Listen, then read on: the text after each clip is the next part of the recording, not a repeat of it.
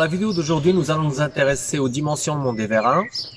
Comme support, nous allons utiliser un chariot équipé d'une benne. Des vérins vont commander le mouvement de la benne. L'ensemble est attelé à un tracteur. Pour pouvoir transporter du bois d'un lieu à un autre, il faut avoir un permis.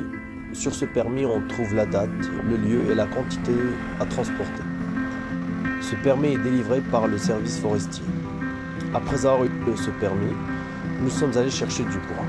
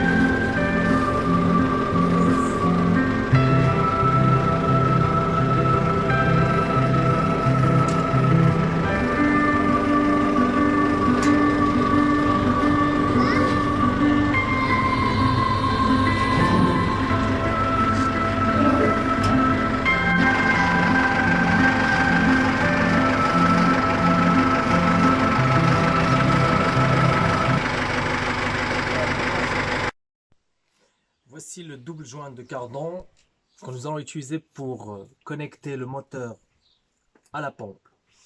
D'un côté, nous avons une partie cannelée qui va être montée ici sur des cannelures.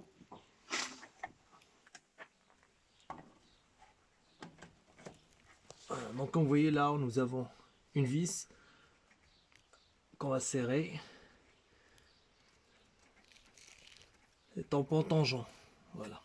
Une fois serré, donc l'autre bout, nous allons le monter avec la pompe. Donc ça, c'est l'arbre d'entrée de la pompe avec un perçage qui va servir pour loger une goupille. Donc de même, l'autre côté du joint, nous avons un perçage. Donc on fait le montage. Ensuite, dans ce trou-là, nous allons mettre une goupille. Et ça serait automatiquement accouplé à la pompe. Voilà, donc il suffit de récupérer la goupille et la monter dans le trou. Voilà, le joint est monté, il est debout et la goupille est installée. C'est pas vraiment une goupille, c'est juste un clou, solution de dépannage. Notre système est constitué d'une pompe, d'un distributeur et d'un réservoir, ainsi que deux vérins. Donc la connexion se fait entre la pompe et le réservoir pour prendre de l'huile, faire passer à travers le distributeur ou vérin, et depuis le vérin, l'huile revient à travers les distributeurs pour revenir au réservoir.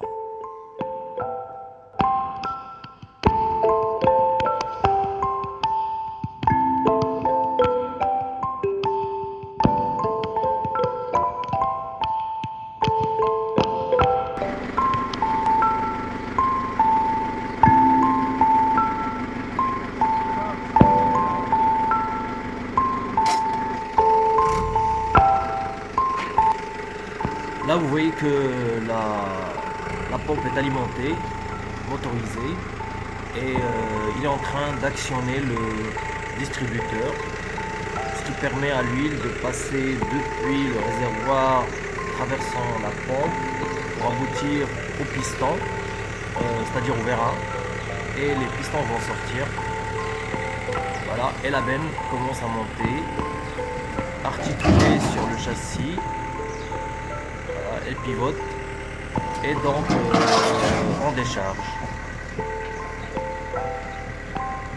Voilà, il va falloir reculer un peu ou avancer plutôt pour le tracteur, parce qu'il y a déjà du bois qui empêche le déchargement.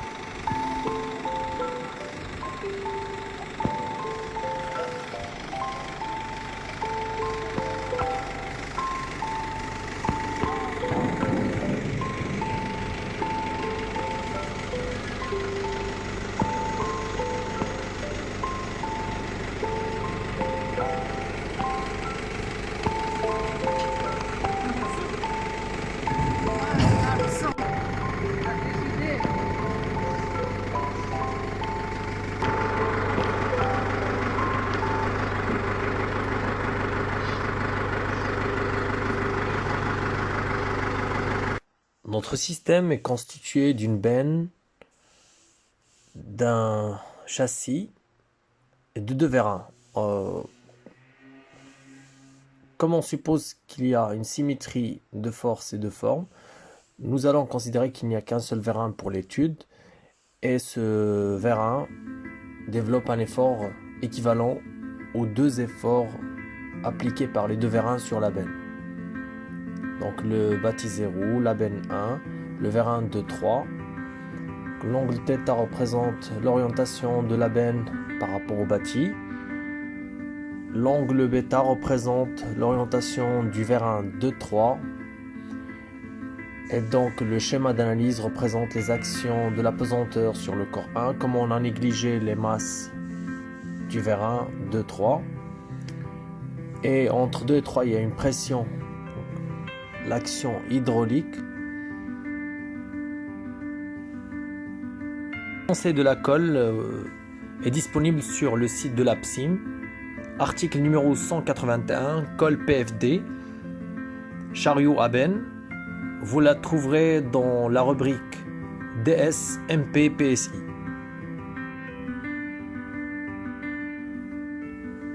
On commence par isoler l'ensemble 2-3, c'est-à-dire le vérin. Cet ensemble est soumis à deux forces extérieures, celle de 0 et celle de 1. Donc on va appliquer le théorème de la résultante dynamique à l'ensemble 2 plus 3, ce qui va nous donner action de 0 sur 2, on lui donne le nom de B comme le point B entre 0 et 2, B de 0 sur 2 plus l'action C de 1 sur 3, C point de l'articulation 1, 3 est égal à 0. Donc normalement c'est égal à M l'accélération. Comme on a négligé les masses devant les masses du vérin devant les efforts, c'est égal à 0 et c'est le principe fondamental de la statique classique qui vous dit que l'action de 3 sur 1 ou de 1 sur 3 est portée par BC normalement, parce que nous avons deux forces et ces deux forces devraient avoir la même direction, même module, sens opposé, et finalement donc l'action du vérin est portée par BC sur le schéma c'est Y2. Maintenant on va isoler le 1 pour déterminer l'effort du vérin et on applique, donc on isole le corps numéro 1, voilà, et on applique le théorème du moment dynamique.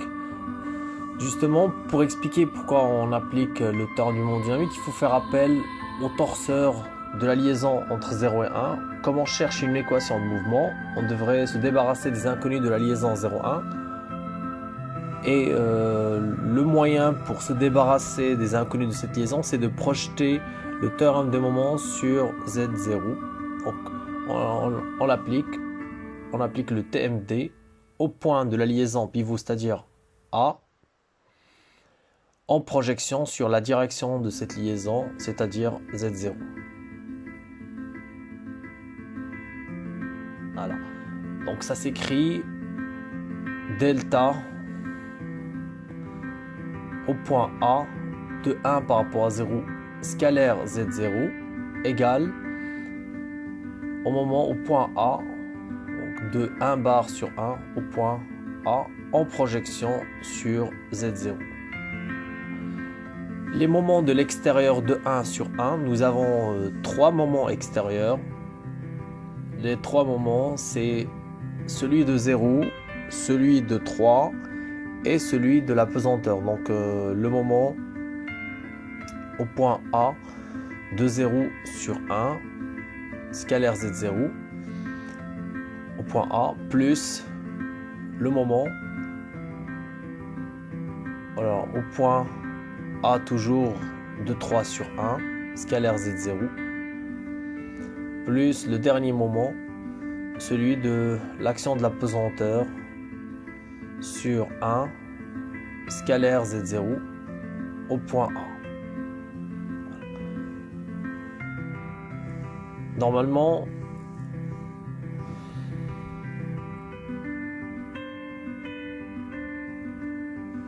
donc après il faudrait calculer les moments donc, en projection sur Z0. Le moment de 0 sur 1 scalaire Z0, on avait dit que c'est une liaison pivot et comme on a projeté X, Y, Z, L, M, 0, donc comme on avait fait le TMD en projection sur Z0 point A, on a eu 0, voilà ce 0 là, parce que la liaison est supposée parfaite. Voilà. Et c'est ce qui nous a permis, ce qui va nous permettre d'avoir une équation de mouvement. Après le moment de 3 sur 1 scalaire Z0 égale, donc c'est le moment au point C, là où le torseur est un glisseur, c'est l'action du vérin qu'on avait dit porté par Y2, plus AC vectoriel, la résultante, le tout scalaire Z0, c'est un produit mixte. Donc on va remplacer les vecteurs AC et R par leur valeur, donc dx1 vectoriel. Voilà, là on avait dit que la force est portée par Y2, on a montré ça tout à l'heure. Donc le tout, voilà, c'est la force FV scalaire Y2, c'est ce qu'on avait montré, on avait montré qu'elle est portée par Y2. Donc mixte scalaire Z0 égale On a le droit de permuter le mixte, ça ne changerait pas sa valeur tant qu'on respecte le sens de la rotation. Voilà, donc j'ai besoin du paramétrage x0, y0 pour pouvoir faire les produits vectoriels et scalaires.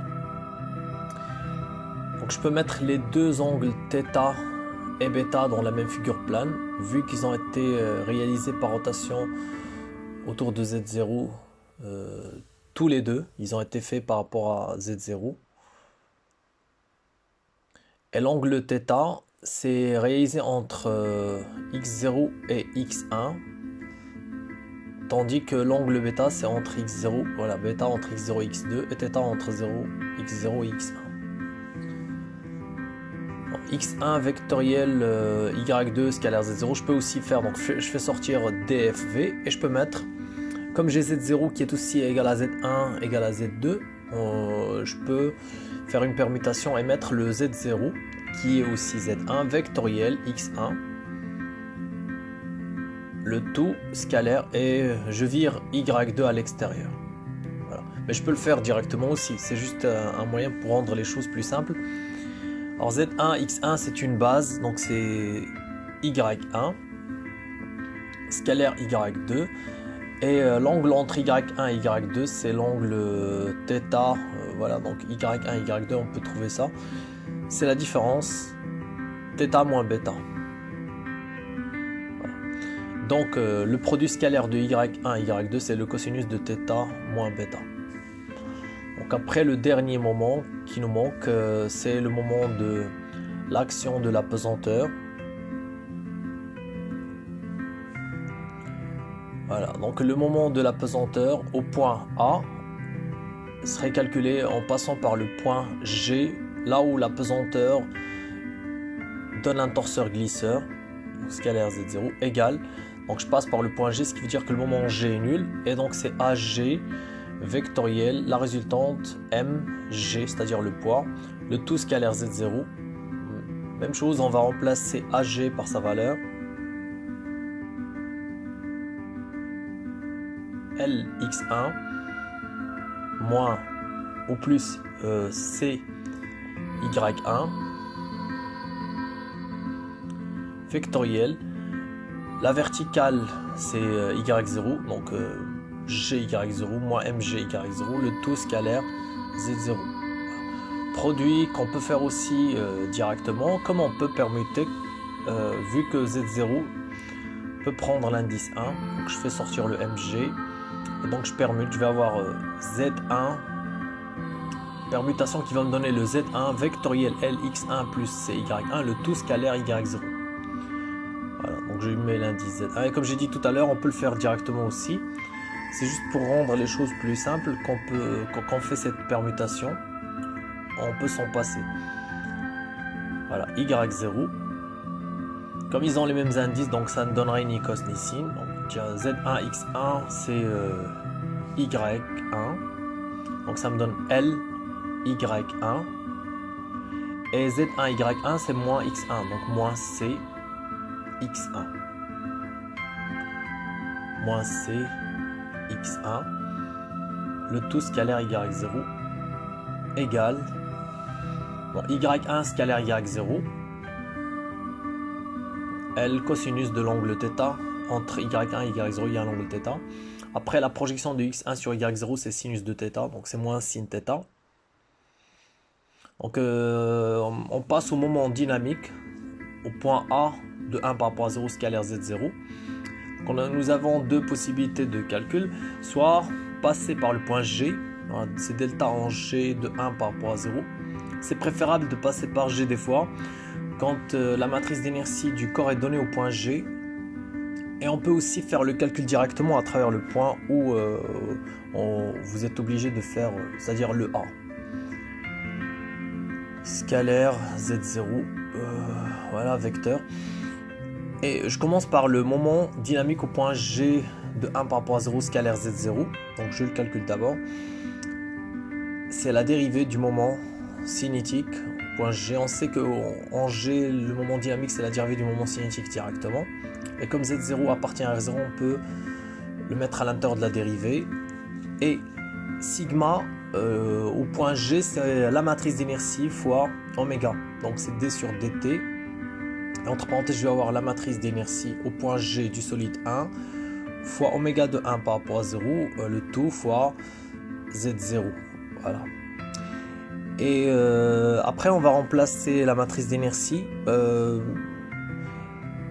Il est très intéressant de comprendre des fois qu'on n'est pas obligé de tout faire, de tout calculer. Et avoir un réflexe qui vous permet d'éviter de passer par un calcul long avant d'aboutir à un résultat simple. Comme je sais que oméga n'est porté que par z0, et z0 c'est 0,01 dans la base B1 et dans la base B0. Là on fait les calculs dans la base B1 puisque c'est la matrice qui l'impose. Dans le document, l'énoncé de la colle, vous trouverez que c'est dans la base B1 que la matrice est donnée. Et donc j'ai pas besoin de la première ligne, ni de la deuxième ligne, ni des deux de la dernière ligne. Voilà. La première ligne, donc je n'ai besoin que de C, donc ça va faire C θ point, et donc finalement c'est C θ 2 points. Voilà. Donc ça n'était vraiment pas la peine de connaître les autres termes de la matrice vu qu'on les utilisera pas. Après le moment, on passe au calcul de l'accélération. Pour calculer cette accélération, il va falloir calculer la vitesse d'abord. Trouver la vitesse du point G, voilà, Vg par rapport à R0, qui n'est rien d'autre que la dérivée depuis le point A. Bon, pourquoi j'ai choisi A comme origine, à part que c'est donné dans l'énoncé, c'est aussi parce que A est un point fixe, parce qu'il appartient à la liaison pivot avec le bâti. Donc c'est d sur dt de Lx1 plus Cy1. Voilà. Alors la dérivée de x1 c'est θ point y1 et la dérivée de y1 c'est moins θ point x1.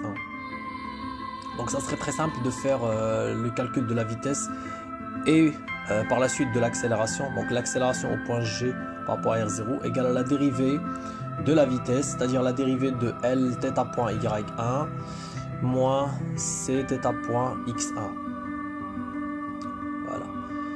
Par rapport à R0 égale, comme c'est un produit, donc c'est L θ2 point y1, je peux mettre en facteur le L, bon, comme je peux le laisser, moins L θ point, la dérivée de y1, on a dit que c'est moins θ point x1, donc c'est moins θ point kx1, après c θ2 point x1, moins encore c θ point fois la dérivée de x1 qui est θ point y1, donc θ point carré y1. Maintenant, on va partir sur le calcul du produit mixte AG vectoriel M gamma G par rapport à R0, le tout scalaire Z0. Le tout scalaire Z0 égale, je peux écrire verticalement puisque je remarque que tous les vecteurs sont dans la même base. Voilà, l'autre c'est, donc par rapport à X, j'ai moins L θ point carré. Et j'ai aussi c θ 2 points, donc moins c θ 2 points. Par rapport à y, j'ai L θ 2 points et j'ai moins c θ points au carré. Et rien par rapport à z. Le tout scalaire 0, 0, 1. Les trois vecteurs sont dans la base B1. Et on a dit que Z0 est joker entre les bases 0 et 1. Voilà, B1. Voilà, à la fin, donc ça va nous donner... comme je ne suis pas obligé de faire le premier et le deuxième calcul du produit vectoriel, vu que le vecteur par lequel on va multiplier n'a qu'une seule composante, c'est suivant z, donc on va faire directement le troisième calcul du produit vectoriel qui va nous donner L carré θ 2 points moins LC θ point carré plus ou plutôt plus CL θ point carré plus C θ 2 points. Voilà, vous avez remarqué qu'il y a un terme qui va partir et tout ce qui va rester c'est M facteur 2 θ 2 points. Donc on peut faire sortir θ 2 points, L carré plus C carré. Voilà, finalement c'est quoi le résultat final du moment dynamique au point A de 1 par rapport à R0 qu'on avait commencé tout à l'heure. Donc il est composé de deux termes. On a calculé un, il ne reste plus qu'à faire la somme. Donc le premier c'était C, plutôt C1. Là j'ai commis une faute. Tout à l'heure j'avais pas mis l'indice puisque la matrice c'est indice 1. Vous avez remarqué ça sur l'énoncé de la colle. Vous trouverez que c'est C1 pour le troisième élément, moment d'inertie par rapport à GZ0. Voilà, c'est C1. Plus le terme qu'on vient de trouver, là, le mix qu'on vient de trouver. Y a-t-il une autre méthode pour trouver ça plus simple, puisque le résultat paraît trop simple? Oui, on peut faire ça. Donc, le moment dynamique au point A de 1 par rapport à 0 scalaire Z0, on le calcule en utilisant la dérivée du moment cinétique au point A de 1 par rapport à 0 scalaire Z0. Bien sûr, le produit scalaire, entre parenthèses, moins sigma au point A de 1 par rapport à 0 scalaire d sur dt de Z0 par rapport à R0 en sigma vecteur plus un mixte M VA par rapport à R0 vectoriel VG par rapport à R0. Voilà le tout scalaire Z0. Dans ce cas, nous avons d de Z0 sur dt par rapport à R0 égale à 0 et la vitesse du point A égale à 0 puisque A est fixe. Donc il ne nous reste plus que sigma scalaire Z0 à dériver. Alors pour calculer ce terme, donc on va passer par la formule de I, la matrice d'inertie au point A de 1 fois oméga de 1 par rapport à 0, le tout fois Z0. Et on ne connaît pas la matrice d'après l'énoncé, on la connaît en G, on la connaît pas en A. Donc on va supposer qu'elle est connue en A et on va montrer qu'on n'a pas besoin de tous ces termes. Pour faire Huygens, on peut travailler sur un seul terme. Et donc comme pour tout à l'heure, on va remplacer les termes oméga 0, 0, θ point dans la base B1 et 0, 0, 1 pour Z0 dans la base B1 et après on va deviner lesquels des termes, donc voilà dans B1, lesquels des termes de la matrice qui nous intéressent. Donc la première ligne ne nous intéresse pas, la deuxième aussi, les deux premiers de la dernière ligne ils ne nous intéressent pas, c'est que le dernier G delta, le moment d'inertie par rapport à l'axe A Z0 ou Z1 qui nous intéresse, ce qui veut dire que c'est G delta θ point et donc le delta ce serait G delta θ2 point, delta en projection, bon, la dérivée de ce terme avec G delta égale à quoi? Bon, c'est l'ancien moment d'inertie en G C1 plus on a besoin du vecteur HG pour appliquer justement Huygens.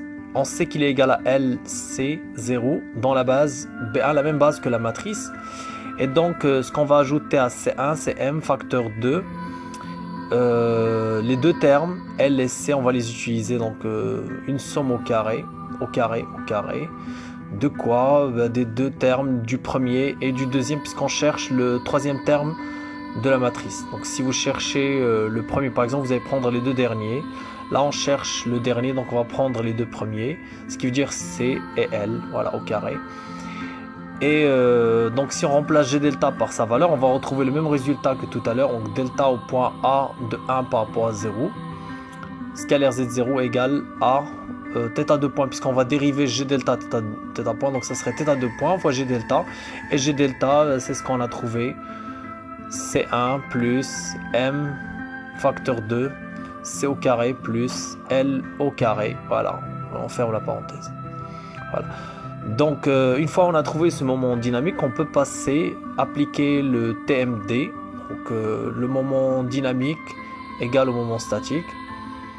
Voilà, θ2 point égale à la somme des moments extérieurs. On avait cité la pesanteur L vers 1, donc celui du vers 1 DFV, on l'avait trouvé fois cosinus de θ moins bêta, moins celui de la pesanteur MG facteur 2 L cos θ moins C sin θ. Voilà. Et donc la force du vers 1 que devrait fournir le vers 1, c'est 1 sur D cosinus de θ moins bêta fois, donc on fait passer le terme de la pesanteur vers la gauche, donc C1 M la masse facteur de C carré plus L carré, alors, le tout fois θ2 point. Après, plus, comme on a un moins, donc il va se transformer en plus vers la gauche. Mg facteur 2. L cosinus de θ moins C sinus de θ. Voilà, on ferme la parenthèse, L crochet. Voici donc l'expression de la force que devrait appliquer le vérin.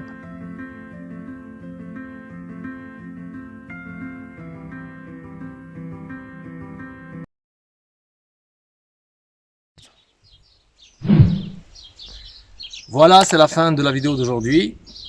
J'espère qu'elle vous a été utile et qu'elle vous a plu. N'hésitez pas à poster vos questions dans des commentaires. À la prochaine vidéo.